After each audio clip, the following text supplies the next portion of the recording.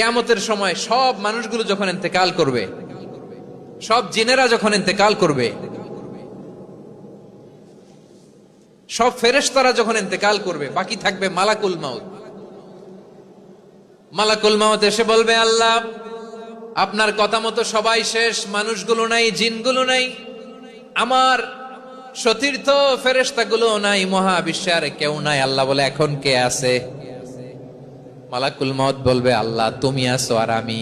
তুমি তো আল হাইয়্যু আল কাইয়্যুম, অবিনশ্বর, শাশ্বত, চিরঞ্জীব, কোনদিন মরবা না, তুমি আছো আর তোমার গোলাম আমি আছি আজরাইল। মহাবিশ্বে কয়জন আছে মাত্র? জোরে বলেন।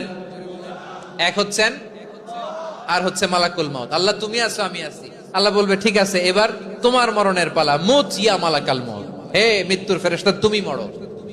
মালাকুল মাউত আল্লাহর আদেশ বাস্তবায়ন করতে যে বিকট একটা চিৎকার দিয়ে মৃত্যুবরণ করবে।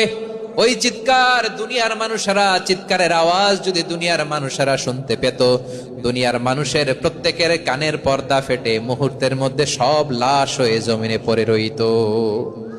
ভয়ঙ্কর চিৎকার দিয়ে মালাকুল মাউত বিদায় নিবে, কেউ নাই। এবার বলেন তো, মহাবিশ্বে মহাশূন্য, কেউ নাই, উপরে নিচে, সামনে পেছনে, ডানে বায়ে কোন সত্তা, কোন জীবিত সত্তার আছে?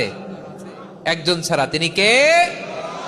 কুল্লু মান আলাইহা ফানি ওয়া ইয়াবকা ওয়াজহু রাব্বিকা যুল জালালি ওয়াল ইকরাম। পড়েন, ফাবিআইয়ি আলাই রাব্বিকুমা তুকাযযিবান।